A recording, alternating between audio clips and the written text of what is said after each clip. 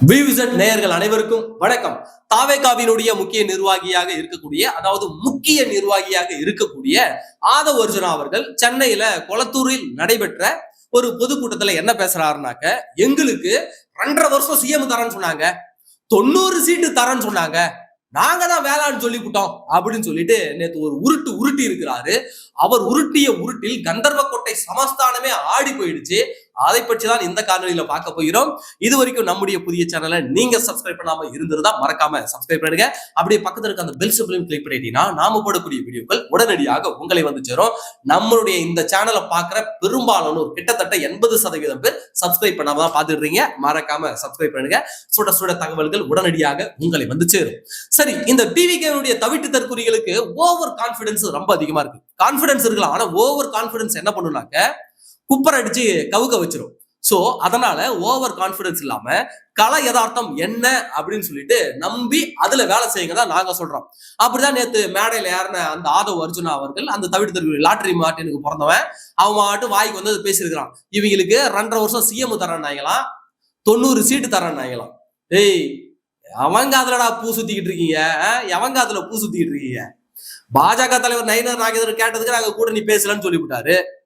எடப்பாடி பழனிசாமி கேட்டதுக்கும் நாங்க கூட்டணி எல்லாம் பேசலைங்க அந்த கட்சியோட அப்படின்னு தெளிவா சொல்லிவிட்டாரு. உங்க சிடிஆர் நிர்மல்குமார் கிட்ட கேட்டதுக்கும் இல்லைங்க நாங்களா யாரும் எங்கள்கிட்ட பேசலீங்கன்னு அவரும் சொல்லிவிட்டாரு. நீ தான் இப்ப மேடையில ஏறி கதை அளக்குற. சரி, அப்படியே பேசியிருந்தாலும் பேசியிருப்பாங்க, பாஜக தலைமையில பேசியிருப்பாங்க, அதெல்லாம் சந்தேகம் கிடையாது. ஏன்னா டெல்லியில வந்து சரி கூட்டணி இருந்தா நல்லா இருக்குமே சொல்லிட்டு எல்லாரும் எல்லா கட்சி கூடயும் கூட்டி பேசுறதுதான். ஆனா நீ விட்டா பாரு ஒரு அளப்புற, இதெல்லாம் ரொம்ப ஓவர் ஆதவ் அர்ஜுனா. புரியுதா? நீ ஓசு சோறு திங்கிறனா அதோட நிறுத்திக்க. இங்க வந்து இந்த கதை விடுற வெள்ளம் வச்சுக்காத. 2.5 வருஷம் சிஎம் உனக்கு நொட்டுவாங்க நீங்க கிழிச்ச கிழிப்புக்கு. 90 இடம். ஏய், யாரா நீங்களா, எங்க இருந்தா வந்தீங்க சொல்லு பாப்போம். 90 முதல்ல 40 இடத்துக்கு நீ ஒருத்தா சொல்லு பாப்போம். என்ன வச்சிருக்கிற நீ? எத்தனை % ஓட்டு வச்சிருக்க? எவிடன்ஸ் கொடு, ஆதாரத்தை கொடு. நிரூபிச்சிருக்கியா நீ ஓட்டு சதவீதம்? முதல்ல அப்ப வாயில ஏதாவது வந்துட போகுது. 20 சீட்டுக்கு வக்கல்ல நாய்க நீனா வந்து எனக்கு 90 சீட்டு தரான்னாங்க, 90 சீட்டு நொட்டுறான்னாங்க. நாங்க தான் போகல. 2.5 வருஷம் சிஎம். நல்லா கேட்கறவன் கேன பயலா இருந்தா நல்லா கடப்பாறை விட்டு காதுல குத்துவீங்களே ஆதவு. என்ன இது? எவங்கிட்ட வந்து உங்க சேட்டையை காட்டுறீங்க? ஏய், எத்தனை பேரை பார்த்துட்டு வந்த இயக்கம், எங்களுக்கு தெரியாதா எவனுக்கு எவ்வளவு கொடுக்கணும், எவனை எந்த இடத்துல உட்கார வைக்கணும் அப்படின்னு சொல்லிட்டு. லாஸ்ட் எலெக்ஷன்ல 18% இருக்குதுன்னு சொன்ன பாஜகவுக்கு 22 சீட்ல உட்கார வைக்கிறாரு எடப்பாடி பழனிசாமி. இவனுக்கு ஒண்ணுமே நிரூபிக்கல. ஒரு இடத்த ஒரு தேர்தலை கூட சந்திக்காம, போன நாடாளுமன்ற தேர்தல் கூட சந்திக்க துப்பு இல்லாம புறக்கணிச்ச பயலுக்கு தான் இவனுங்க. ஈரோடு கிழக்கு இடைத்தேர்தலில் கூட போட்டியிடாம புறக்கணிச்ச தொடர்நிலை பயலுக்கு தான் இவனுங்க. இவனுக்கு வந்து சொல்றானுங்க எங்களுக்கு 90 சீட்டு தரானானுங்க. 90க்கு எத்தனை சைபர்னு தெரியுமா? முதலமைச்சர் பதவினா என்னன்னு தெரியுமா? பனையூருக்குள்ளே படுத்துக்கிட்டு இருந்தாக்க அப்படியே தூக்கிட்டு வந்து எவனுக்கு கொடுத்துட மாட்டான். அதை போய் விஜய் கிட்ட போய் சொல்லு, இவனுக்கு தரேன்னாங்களாம். ஏய், போன ஆரம்பத்திலே பேசும் போது நீங்க 80 சீட்டு கேட்டீங்க, 90 சீட்டு கேட்டீங்க. அப்பயே உங்களை பத்தி விட்டாங்க. இவனெல்லாம் வேலைக்கு ஆக மாட்டான், இவனெல்லாம் தேர மாட்டான்னு சொல்லிட்டு தான் நேரா பாஜக போயிட்டாங்க. புரியுதா? இப்ப வந்து சொல்றாரு 2.5 வருஷம் சிஎம் எங்களுக்கு தரேன்னாங்க, 90 சீட்டு தரேன்னாங்கன்னு இப்ப வந்து வளரிக்கிட்டு இருக்கிறான் இந்த தவிட்டு தற்குறி பையன். அது மட்டும் இல்லாம இந்த கதை எப்படி தெரியுமா இருக்கு? விஜய் கேரியரின் உச்சத்திலிருந்து வந்தார், கேரியரின் உச்சத்திலிருந்து. அவனை கொஞ்சம் இறக்கி விடுங்கய்யா.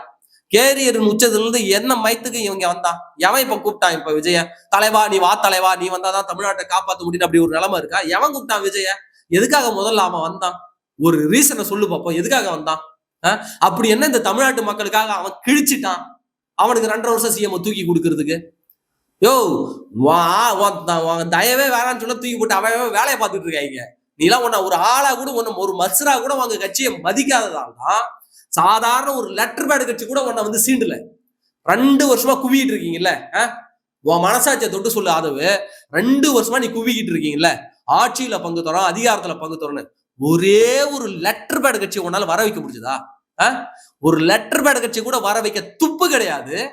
நீங்க என்னடா கூந்தல் இங்க வந்து 2.5 வருஷம் சிஎம் தராங்கன்னு சொன்னாங்கன்னு கதை விட்டுக்கிட்டு இருக்க? எவனுக்கிட்ட வந்து கதை குத்திக்கிட்டு இருக்க, காது குத்திக்கிட்டு இருக்க? நீ இந்த சேட்டையெல்லாம் உங்களோட வச்சுக்க. தவிட்டு தற்குறிகள் வேணா நம்புவாங்க. எங்க தலைவர் விஜய் தான் 2.5 வருஷம் சிஎம், எங்க தலைவருக்கு 100 சீட்டு வேணும், 100 சீட்டு வந்தாதான் நாங்க வந்து போட்டி போடுவோம், கூட்டணிக்கு வருவோம், வேற ஒருத்தரை சிஎம் ஆக்குறதுக்காக விஜய் வர கட்சி தொடங்கினாரு எங்க தலைவர் அப்படின்னு நீங்க வேணா புலங்காகிதம் அடைஞ்சுக்கலாம். அவனை எழுதி வச்சுக்கோங்க. 2020 தேர்தலோட உங்க டவுசரை உருவி விட்டு ஓட விட்டு உதைக்கல, அதை மட்டும் பாத்துங்க. 2026 தேர்தல் உங்களுக்கு கடைசி தேர்தல். நீ தொடக்கமே சமாதி தான் உங்களுக்கு. நீ தொடங்கும் போதே உனக்கு சமாதி தான். நல்லா ஞாபகம் வச்சுங்க. 2026 தேர்தலுக்கு பிறகு இந்த தாவேகான்ற கட்சியே இருக்காது. பாப்போமா? பாப்போமா? சில்லு சில்லா உடைச்சு பிரிச்சு எடுத்துருவானுங்க. கனவு உலகத்துல வாழ்ந்துட்டு இருக்காங்க இவனுங்க. நாமளும் சரி சின்ன பசங்க, பிளகா பசங்க, ஆதவு அவன் பிளகா பையன், அவனை உழைச்சா வந்தான். அவன் அவங்க மார்டின் பொண்ணை கரெக்ட் பண்ணி உஷார் பண்ணி தானே வந்தான். அவன் என்னமோ உழைச்சி சம்பாரிச்சு வேர்வை சிந்தி சம்பாரிச்ச மாதிரி லெவலுக்கு அவன் பேசிக்கிட்டு இருக்கான். முழுக்க முழுக்க மாமனார் சோத்துல உட்காந்து தின்ற ஓசிஸ் ஒரு பையன் தான் அவன். அந்த ஓசிஸ் ஒரு பையனுக்குலாம் இவ்வளவு ஒருத்தெல்லாம் கிடையாது. விஜயா அப்படிதான் அப்பம் பேர்ல வளர்ந்தவன் தானே விஜய். என்ன அவருனா சுயம்பா அப்படியே உழைச்சு அப்படியே கட்டின உழைப்பை போட்டு அப்படியே நடிப்பு அரக்கனாக மாறி வந்தாரா? எடுத்தது 60 படம், 60 படத்துல 50 படம் ஃபெயிலியர் படம், 10 படம் தான் ஹிட்டு. அது இவனுக்காக ஹிட் ஆகல, கதைக்காக ஹிட் ஆனது, அவ்வளவுதான். அதுவும் எல்லாமே டப்பிங் படம். ஹிட் ஆனது ஃபுல்லா அந்த வேற்று மொழியிலிருந்து டப் பண்ண படம். கில்லியா இருக்கட்டும், இது போன்ற படங்கள்லாம் ஹிட் ஆன படம்லாம் எல்லாம் டப் பண்ண படம் தான். அப்ப இதெல்லாம் எடுத்து வச்சுக்கிட்டு இவன் ஒரு ஆளுக்கு குந்தல் தூக்கிட்டு வந்து வச்சுக்கிட்டு நீங்க சிஎம்னு சொல்லுவீங்க. நான் இந்த தமிழ்நாடு மக்கள்லாம் ஏமாளி, நாங்க வந்து உங்களுக்கு ஓட்டு போட்டு உங்களுக்கு சிஎம் சீட்ல உட்கார வைப்போம். நாங்களும் சரி போனா போது திமுகவை வீழ்த்தணுன்றதுக்காக சரி எல்லா உதவி எல்லா இதையும் நம்ம ஆதரிச்சுக்கிறோம். அந்த லெவல்ல பேசினா சரி சின்ன பசங்க புரிதல் இல்லாம பேசுறானுங்க அப்படின்னு விட்டு போனா இவனுக்கு ஏஞ்சி வரானுங்கப்பா இவனுங்க. ஏய் விட்டா நல்லா நல்லா கதை விடுறீங்கடா நீங்க. ஆதவ அர்ஜுனா போன்ற நபர்களை கட்சிக்குள்ள வைத்திருப்பது என்பது தாவேகாவினருக்கு மிகப்பெரிய சாபக்கேடு. அது போல நீ புரிஞ்சுங்க. இப்பவும் சொல்றேன், இந்த தாவேகாவுக்கு சமாதி கட்டக்கூடிய ஆளாக ஆதவ அர்ஜுனா தான் இருப்பான். ஏன்னா ஒரு கட்சியில அந்த கட்சியினுடைய தலைவரை தான் முன்னிலைப்படுத்துவாங்க. ஆனா இந்த ஆதவ அர்ஜுனா ஒவ்வொரு முறையும் தன்னை முன்னிலைப்படுத்துகிறார். உதயநிதி ஏன் கூட விவாதிக்க தயாரா அப்படின்னு இவன் ஏன் கூப்பிடுறான்? எங்க தலைவர் விஜய் கூட விவாதிக்க தயாரான்னு கேட்டிருக்கணும் ஆதவ. அப்போ விஜயை ஓரம் கட்டிட்டு நான் தான் கட்சின்ற ரீதியில அவன் எல்லார் மத்தியிலும் தொண்டர்கள் மத்தியிலும் மக்கள் மத்தியிலும் பதிய நினைக்கிறான். அது மட்டும் இல்லாம பெண்களுக்கு ஆதரவாக ஒரு போராட்டம் வந்து நடக்கக்கூடிய இடத்துல ரஜினிகாந்தை பத்தி பேசி எதற்காக அந்த ஆர்ப்பாட்டம் நடத்தினாங்களோ அந்த கருத்தியலையே மழுங்கடிக்கக்கூடிய வேலையை பார்த்தது இந்த ஆதவ அர்ஜுனா. அந்த போராட்டம் எதற்காக நடத்தினாங்களோ அதையே நீர்த்து போக செய்தவர் தான் இந்த ஆதவ அர்ஜுனா. இன்னைக்கு என்ன விவாதிக்கப்பட்டிருக்கணும் சொல்லுங்க. அப்ப என்ன விவாதிக்கப்பட்டிருக்கணும்? பெண்களினுடைய பாதுகாப்பு கேள்விக்குள்ளாயிடுச்சு திமுக ஆட்சியில், அதுதான் விவாதிக்கப்பட்டிருக்கணும். ஆனா என்ன விவாதிக்கப்படுது? விஜய் விமர்சித்த ஆதவ அர்ஜுனா, ஆதவ அர்ஜுனாவை கண்டித்து போஸ்டர் ஒட்டிய ரஜினி ரசிகர்கள், ரஜினியை விமர்சித்த ஆதவ அர்ஜுனா, ஆதவ அர்ஜுனாவை கண்டித்து போஸ்டர் ஒட்டிய ரஜினி ரசிகர், இப்படிதான டாக்கு போயிடுச்சு. அப்ப அந்த போராட்டத்தை மழுங்கடிக்க செஞ்சது யாரு? ஆதவ அர்ஜுனா.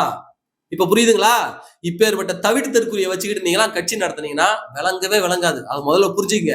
கலை யதார்த்தத்துக்கு வாங்கடா. டே கனவு உலகத்திலே இருக்காதீங்கடா. இதெல்லாம் சர்க்கார் சினிமாவாடா இது? அப்படியே ஒத்த ஓட்டுக்காக வந்து ஒட்டுமொத்த தமிழ்நாடே ஆட்சியை பிடிக்கிறதுக்கு தயவு செஞ்சு டே தவிட்டு தற்குறிகளா தயவு செஞ்சு படிங்க. படிச்சு கொஞ்சமாவது அறிவை வளர்த்துக்குங்க. அறிவை வளர்த்துக்கிட்டு அரசியல் கள அரசியல்லாம் என்ன, மக்கள் மத்தியில் எப்படி போய் பேசணும், மக்கள் எப்படி ரியாக்ட் பண்ணுவாங்க நாம பேசுறதுக்கு, இதெல்லாம் புரிஞ்சுக்கிட்டு அப்புறம் அரசியலுக்கு வாங்க.